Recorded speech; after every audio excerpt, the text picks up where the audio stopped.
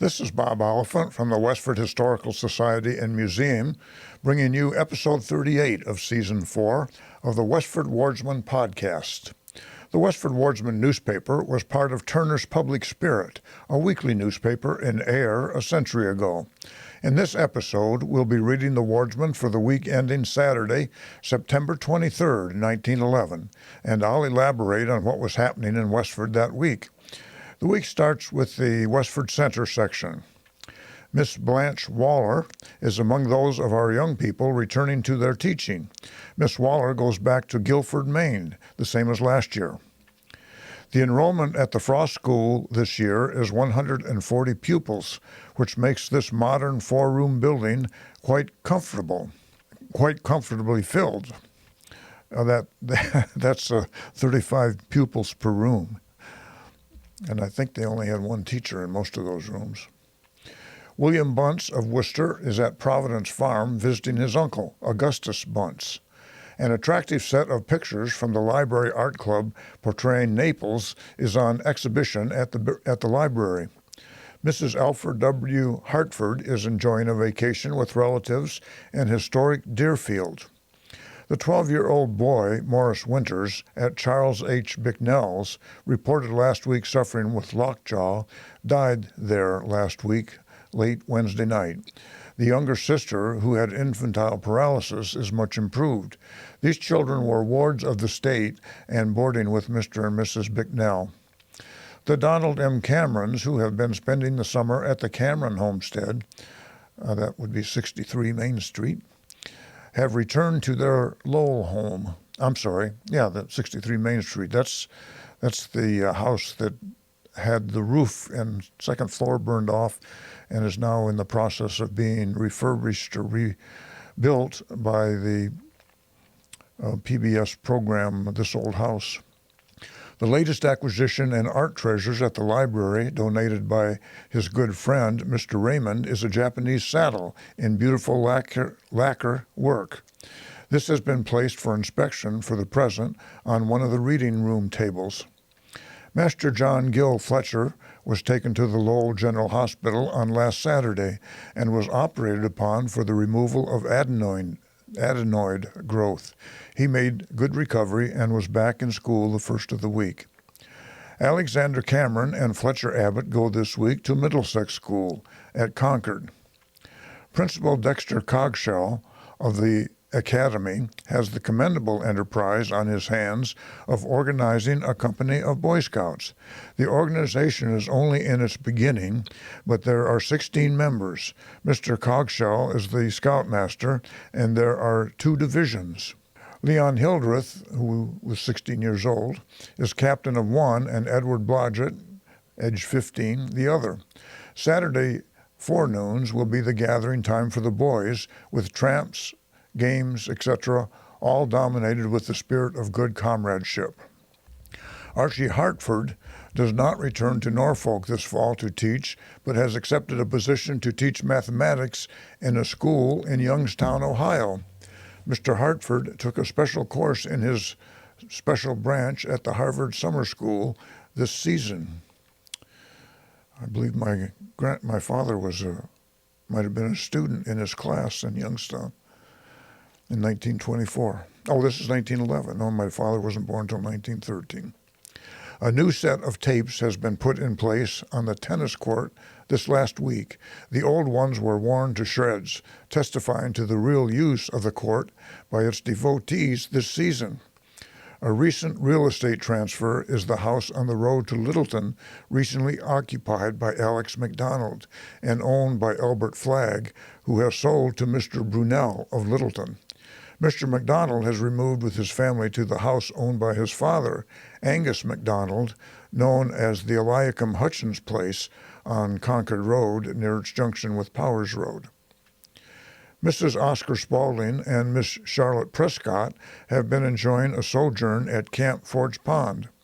The next paragraph is called Park Improvements. 5 of the substantial cement and wooden seats have been received this week and put in place at Whitney Park. These seats replaced 5 out of the 6 that were part of the equipment planned by the donor of the park, but that were broken in transportation. Part of these damaged seats were repaired and purchased at much less cost, thus making a larger number for the park.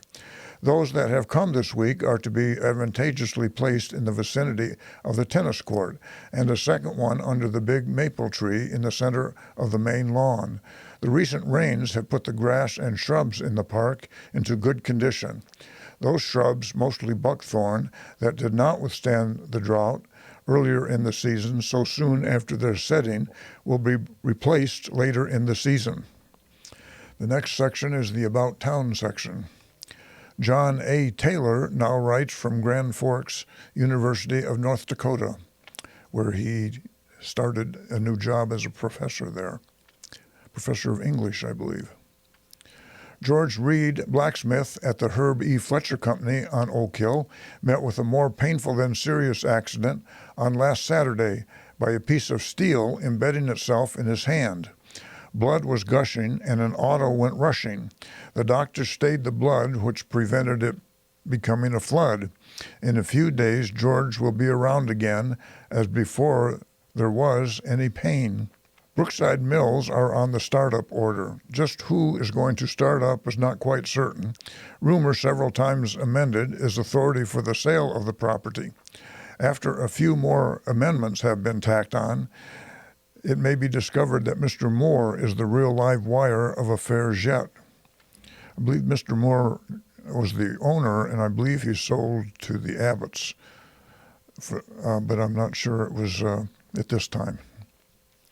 Clyde Carpenter, age 19, who has been visiting her grandmother, Mrs. Abby Hamlin, and was present at the Unitarian Church on Sunday, is attending school in Virginia. And yes, Clyde is a woman's name. As a meeting of the registrars on Wednesday evening, 5 persons appeared and were registered, 2 from the Brookside Precinct and 3 from Precinct 1. Westford Station was again entered by thieves on Tuesday evening, and a small sum of money taken from the telephone company. Graniteville Station received the same treatment. These periodical rounds are made with auto. Some of the farmers of Westford Center are sending milk to Groton Creamery. Mrs. Albright, living on the Providence Road, is conveyance. Daniel Sheehan has finished sawing lumber in Groton and is making preparation to start his cider and cotton mill on Tadmonk Brook. That's just off Lowell Road, and the foundation for that mill is still there. Middlesex North Agricultural Society held its 55th annual fair at Billerica last week, Thursday and Friday, in connection with Billerica Grange. The display was fine and the attendance finer, 1,500 being present the last day. Westford was well represented by people and vegetables. William Taylor entered apples from his new bought farm and won 3 premiums, first on Baldwin's, first on Tolman Sweet, and third on McIntosh Red. Samuel L. Taylor entered a trace of field corn from the old Oaken Bucket farm and had a very narrow escape from receiving a premium, which meant he lost. The WCTU held its annual meeting last week, Wednesday, with Mrs. Homer Seavey. The following officers were elected: Mrs. Janet Wright, President; Mrs. Emma Day, Secretary; Mrs. Adelaide Seavey, Treasurer. Reverend Benjamin Bailey delivered a strong and inspiring sermon last Sunday. Mr. Bailey is to exchange pulpits with Reverend N.S. Hoagland of Tingsboro tomorrow. The freshman class at Amherst Agricultural College, of which Seth Bannister is one, were the winners in the tug-of-war with the sophomores, with a crew of 60 on each side. Gerald Decatur has secured a position as teacher in the public schools of Puerto Rico. They spell Porto, P-O-R-T-O, Rico, and left town last week Friday. He has had experience as scholar in the old Stony Brook School and as a teacher in town and other parts of the state.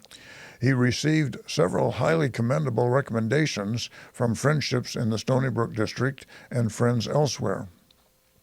The next section is called Instantly Killed. Lewis H. Denton, who has been in the employ of the Boston and Maine Railroad for 21 years and who is well known in Westford, was instantly killed at Prison Point, Somerville, last week Tuesday. He was an engineer in the yard and alighted from his engine at the noon hour for rest and was found a few moments afterwards on the track close by, his head having been crushed by a freight train. The next couple paragraphs are titled, Brought a High Price. There was a large attendance at the auction of the farm and personal property of Hiram Dane last week Saturday on the Dunstable Road at Long Salt Pond. There was evidence that there would be sharp competition for the farm by the unusual number of stylish automobiles from the direction of Boston. This view proved to be correct when the farm was auctioned off to a Boston party for $4,800, nearly 4 times its assessed value. But times have changed from the old standards of values. As resorts of pleasures, the ponds of the town have increased the values of the early life of the town. Mr. Dane will return to California in October and make his permanent home there. He is a veteran of the Civil War from Westford, his native town. The next section is about a fire. Near the dividing line of time between Friday night and Saturday morning of last week, the farmhouse on the Birchwood farm, recently owned by Hans Dagey, was destroyed by fire and nearly all its contents perished into ashes. The actual loss is estimated at $1,500 above the insurance. The cause of the fire was a defective chimney. The house had been remodeled several times within a few years, chimneys and all. Like the fire that consumed the house of the Honorable Herbert E. Fletcher on Oak Hill a year ago, the chimneys were practically new, which leads to the thought that modern workmanship is defective and the more wage, the less quality. The Birchwood farm is owned at present by John Autel and located a little north of Keyes Pond. The next section is the Forge Village section. A parish meeting was held in Recreation Hall on Wednesday evening. The Girls Friendly Society held the first meeting of the season on Wednesday evening at 8:30 o'clock. This parish that they're talking about, I believe, is the St. Andrew's Mission Parish. Miss Sarah Precious and Miss Emily Collins spent the weekend as guests of Mr. and Mrs. Albert Dugdale of Lawrence. Mrs. M.A. Lowther, who has been very ill at her home, is now able to sit up again. Mrs. Willis Holt of Lowell entertained at her cottage on the shores of Forge Pond, the members of the Ladies' Circle of St. John's Church of Lowell recently. The home of John Bennett of Worcester was the scene on September 4th of the 16th annual reunion of the Jonathan Smith Bennett Association. Jonathan Smith lived in Groton was born in 1798 and died in 1859. Among those present were brothers and sisters from Wisconsin, Washington, D.C., Shrewsbury, Forge Village, and Worcester, the eldest present being 84 years of age and the youngest 66 years. Harry White and his sister, Miss Minnie White, left on Monday for a visit to their home in Prince Edward Island. Miss Sadie Smith is entertaining a cousin from the West. Mr. and Mrs. Thomas Fisher of Lowell are sojourning this week at the Birches, their cottage on Forge Pond. Also, Mr. Fisher's mother and sister of Westford. This was the Fisher family from Westford. Mr. and Mrs. William Burnett spent Tuesday at the home of their daughter, Mrs. Chester Blodgett of the Groton Ridges.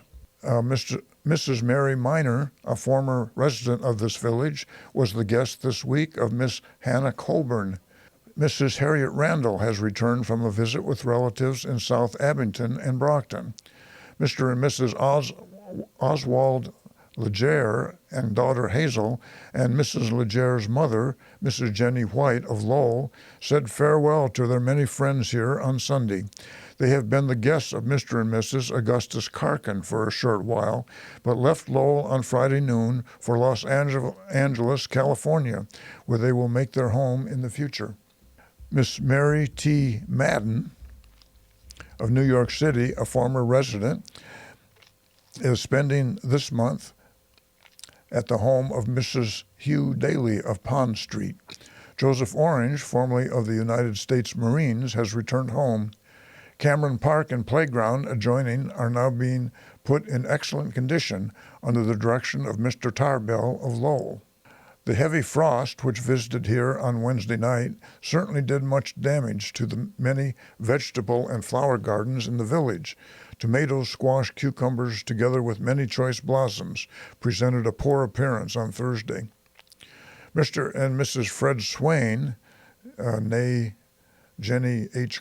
Colum, who were married in North Chelmsford on Saturday evening, will make their home on Pleasant Street, this village. Mr. Swain is a draftsman at the C.G. Sargent & Sons establishment of Graniteville. The time of the services at Forge Mission will be at 7:30 p.m. instead of 4:30 as at present, beginning the first Sunday of October.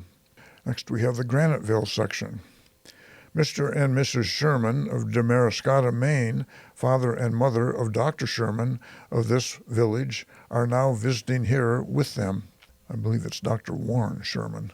Mr. and Mrs. William Pino have recently moved into their cozy new bungalow in Upper Main Street and have entertained many visitors during the past few days who have called to wish them every success in their new home. Among the many young people who are now attending school out of town are the following. Miss Ruth Furbush, a graduate of Westford Academy, is attending the State Normal School in Lowell. Joseph LeDuc, also a graduate of Westford Academy, is attending Clark University in Worcester. Vernon Fletcher is attending the Lowell High, Miss Mary Provost, the Notre Dame Academy in Lowell, and Edward Healy attending a boys' preparatory school in Danvers. All are getting along finely and are highly pleased with their new surroundings. Workmen from the Lowell Electric Light Company are now putting in the poles and will soon string the wires preparatory to installing light in the different houses along North Main Street. The poles now extend to a point in West Graniteville opposite St. Catherine's Church. The recent frost has caused havoc with the garden truck and fall flowers here, and those who failed to cover their favorite plants these last few nights have been on the sorry side.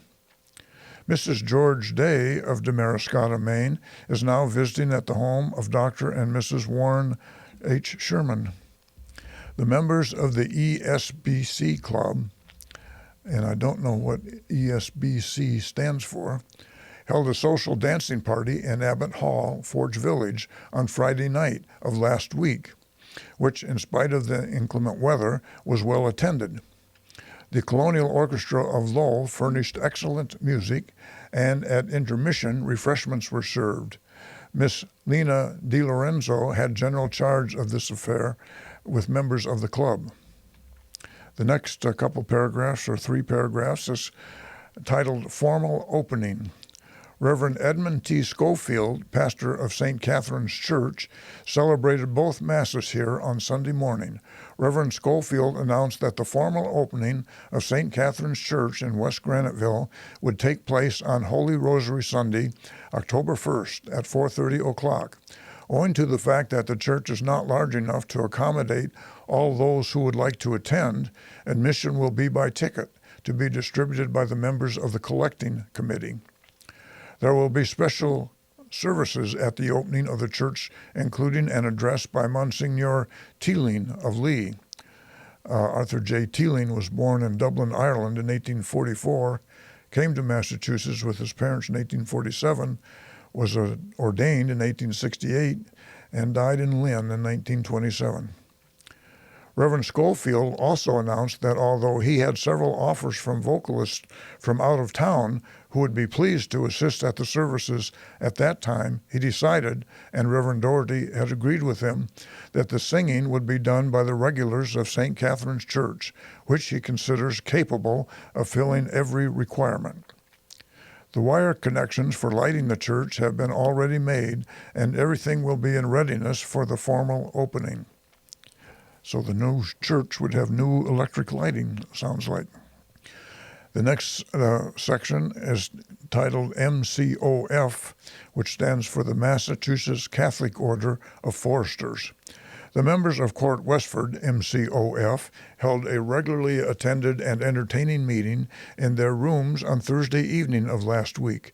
Considerable business of importance was transacted and favorable action taken on the question of attending the Union class initiation that will be held in North Chelmsford the first Sunday of November. Court Westford, Court Wanalancet of North Chelmsford, and one of the Lowell courts will participate.